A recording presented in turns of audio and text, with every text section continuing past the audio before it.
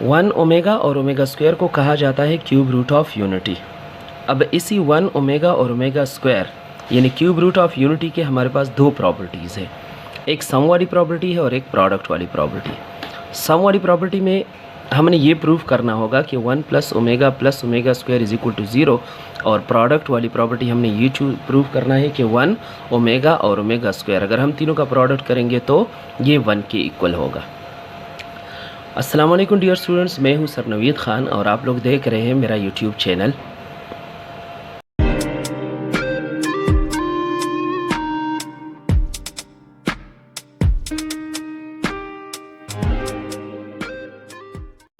अच्छा, इसके बाद एक इम्पॉर्टेंट चीज़ आती है properties of the cube root of unity. इसका ये मतलब है जो अभी हमने वन के क्यूब रूट निकाले, वन ओमेगा और ओमेगा स्क्वायर, इसकी प्रॉपर्टीज़ क्या है? इसकी दो प्रॉपर्टीज़ हैं, एक सम वाली प्रॉपर्टी है और एक प्रोडक्ट वाली प्रॉपर्टी। सम वाली प्रॉपर्टी का मतलब है अगर हम क्यूब रूट ऑफ यूनिटी यानी वन ओमेगा और ओमेगा स्क्वायर तीनों को प्लस करें तो आंसर ज़ीरो की इक्वल आ जाएगा।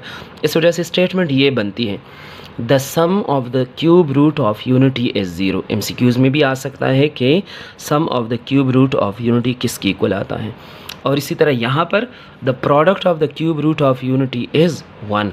तो जब हम यूनिटी के क्यूब रूट यानी वन के क्यूब रूट हम प्रोडक्ट करते हैं तो आंसर हमारे पास वन आता है। अब इसका मैंने प्रूफ बताया हुआ है कि प्रूफ किस तरह करते हैं।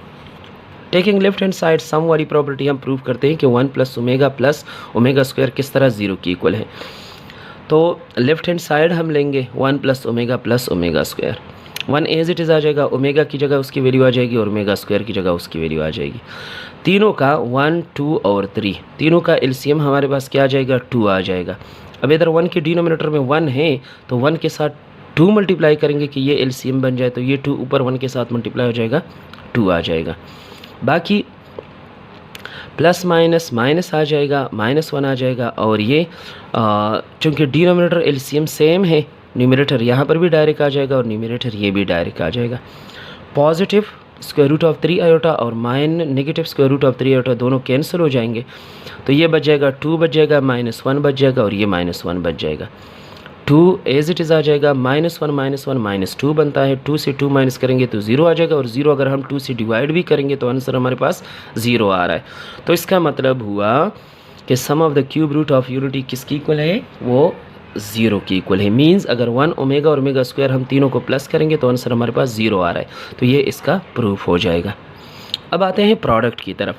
प्रोडक्ट में क्या है, तीनों का प्रोडक्ट हम करेंगे, चेक करते हैं कि ये वन की इक्वल है या नहीं, और इसका शॉर्टकट या एक की हमारे पास ये चीज़ भी आ रही है कि वन ओमेगा और ओमेगा स्क्वायर तीनों को मल्टीप्लाई करेंगे तो ओमेगा क्यूब आएगा, तो omega cube is equal to one, या omega dot omega one dot omega square ये वन की इक्वल आता है। तो दोनों का एक ही मतलब है, क्योंकि left hand side one omega और ओमेगा स्क्वायर हम मल्टीप्लाई करेंगे तो ये ओमेगा क्यूब बन रहा है। आते हैं प्रूफ की तरफ। लेफ्ट हैंड साइड लेंगे वन डॉट ओमेगा स्क्वायर, यहाँ पे डॉट का क्या मतलब है, क्रॉस यानी product. One as it is आ जाएगा, ओमेगा आ जाएगा और ओमेगा स्क्वायर की वैल्यू आ जाएगी। वन किसी भी चीज़ के साथ मल्टीप्लाई करेंगे वही चीज़ आ जाएगी, इस वजह से मैंने अगले स्टेप में डायरेक्ट वन को इग्नोर किया। न्यूमरेटर के साथ मल्टीप्लाई हो जाएगा, डिनोमिनेटर के साथ मल्टीप्लाई हो जाएगा।